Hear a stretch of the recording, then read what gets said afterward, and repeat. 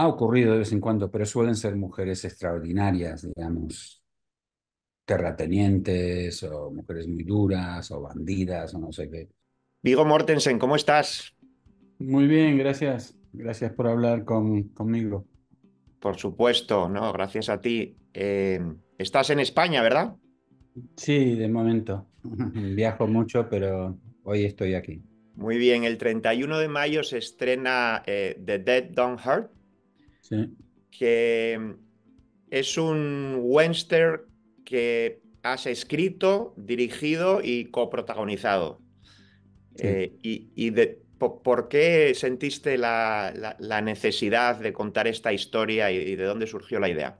Bueno, es algo que empecé a escribir, bueno, lo escribí en 2020, durante la parte dura de la pandemia, digamos, durante el confinamiento, el encierro. Y escribí un par de guiones y este fue el que más me gustó. Y entonces empecé a lo que a veces es lo más frustrante y con lo que hay que tener más paciencia, ¿no? Es buscar el dinero para rodarlo. Y tardé, bueno, unos 2 años y medio antes de encontrar la financiación, que era mejor que la primera que hice, Falling, que ahí tardé 4 años y medio, así. A ver si la tercera tarda un poco menos, no sé, veremos. Depende de cómo vaya con esto. Es tu Pero segunda película, es la segunda película que diriges, que has sí. escrito. Bueno, en la primera también estabas tú protagonizando.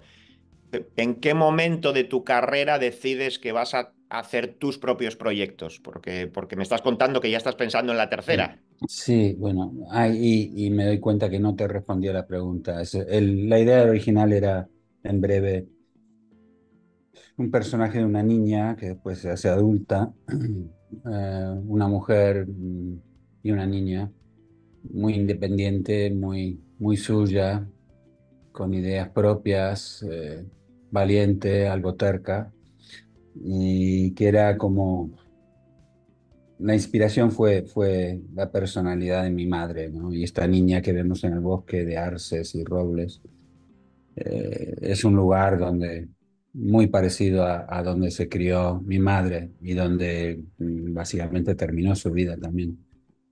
Entonces, y de ahí decidí colocarla en el siglo XIX y por ende salió un western. Así fue. Bueno, yo la primera vez que intenté hacer una película o conseguir financiamiento, el dinero para rodar, fue no sé, en los 90, mediados de los 90, 94, por ahí. Y tenía un guión y encontré, digamos, una tercera parte del dinero mínimo que necesitaba para rodar esa historia. Una historia escandinava era. Y pues no logré encontrar el resto y en ese momento empecé a trabajar cada vez más como actor y lo dejé a un lado. Puse el guión en un cajón, pero seguí escribiendo otras historias. Ahora tengo varios guiones. Eh, y entre ese momento, digamos, mediados de los 90 y cuando finalmente pude rodar, que fue 2019, Falling, la primera que hice. Tuve la suerte de trabajar con mucha gente talentosa, mujeres y hombres inteligentes, que rodaban de forma muy eficaz, directores, fotógrafos, productores también. Eh, y aprendí mucho de ellos, así que quizás haya sido mejor tener que esperar hasta que hubiera aprendido más. Mi escuela de cine ha sido los rodajes, ¿no? Y así fue. Hablas del personaje de Vivian, que me dices que está inspirado en tu madre. Me llamó muchísimo la atención, ¿no? Encontrar a esa mujer fuerte, con esa personalidad, Sí. en un western, que es algo que yo creo que muy pocas veces lo hemos visto.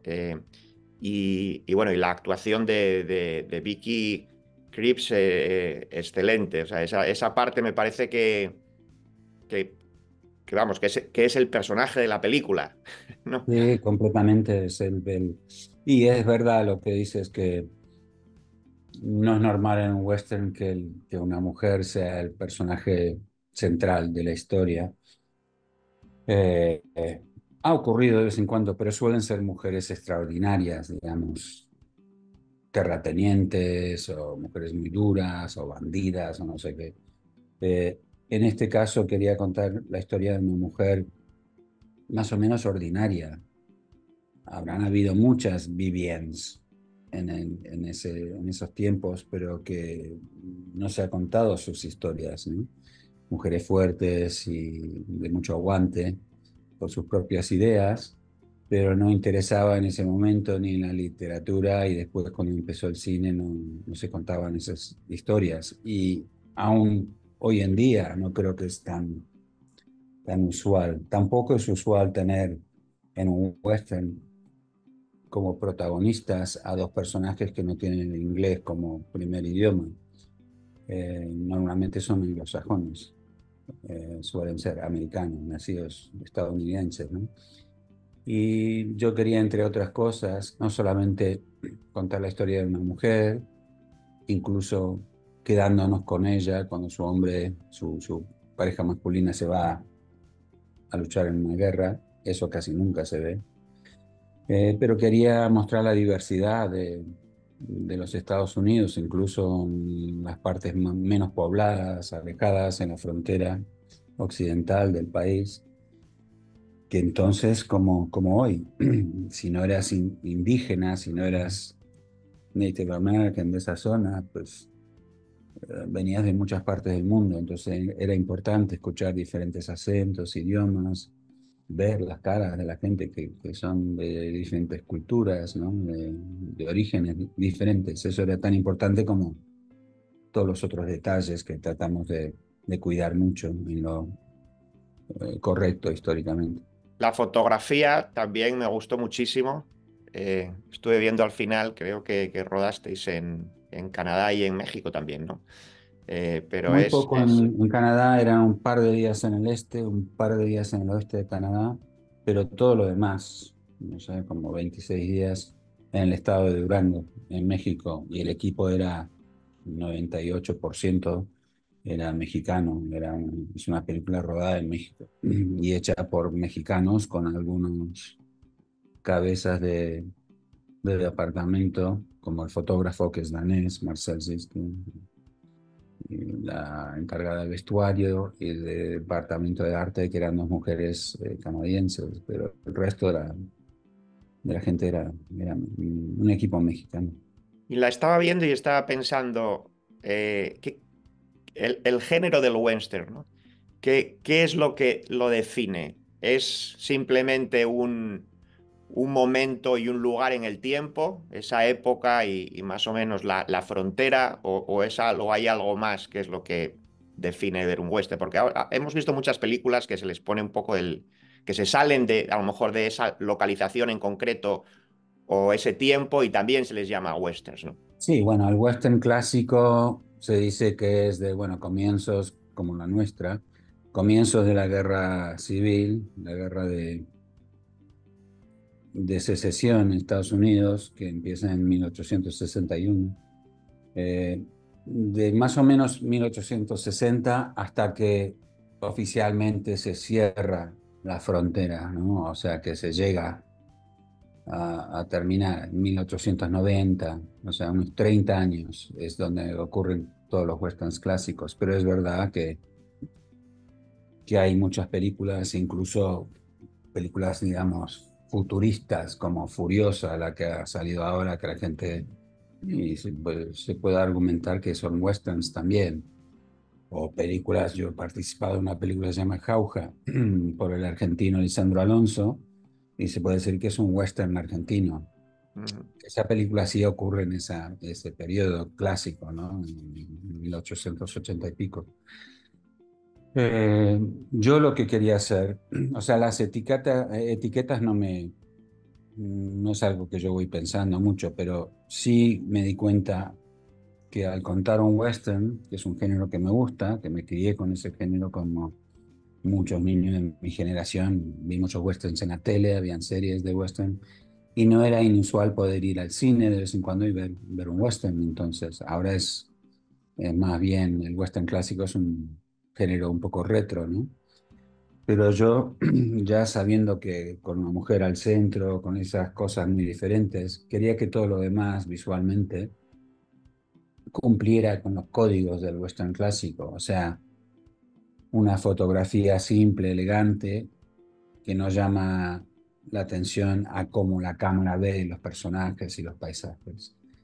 Y que todos los detalles históricos fueran correctos, de la vestimenta, las armas, la arquitectura, también el vocabulario, el hablar, ¿no? Y los idiomas que se escuchan, que fuera como, bueno, lo que me gusta ver en el cine, este tipo de películas, yo quiero pensar, imaginar ser uno de ellos, o que esto era así, y esta mujer era así, ¿no?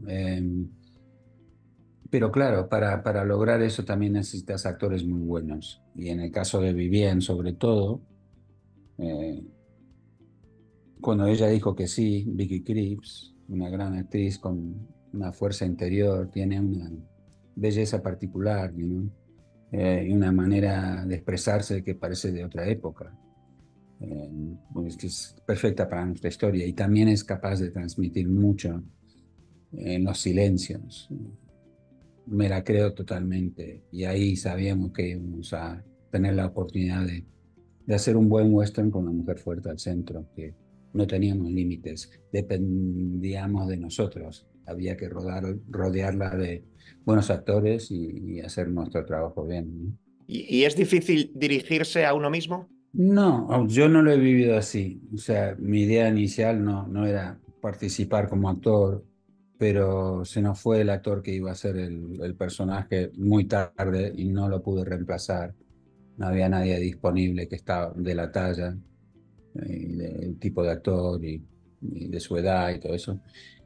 Entonces lo hice, pero no, lo que he vivido en las dos películas, que he terminado trabajando en las dos, es que cuando estoy dirigiéndome, digamos, o dirigiendo y actuando en una escena, estoy muy pendiente de todo como director, entonces la voz, los gestos de la actriz o del actor que tengo enfrente, pero también todo lo que rodea al personaje, lo que está en el cuadro, en el plano que se va a mostrar en pantalla, ¿no? La luz, los objetos.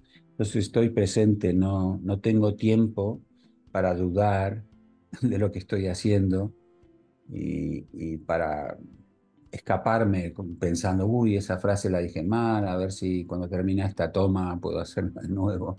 No, era más eficaz porque estaba haciendo lo que los actores deberían hacer siempre, estar completamente presente y disponible, ¿no? Pues enhorabuena por la película, Vigo, y nada, que encuentres rápido financiación para esa tercera. Espero que sí, muchas gracias por tu tiempo. Un saludo. Gracias.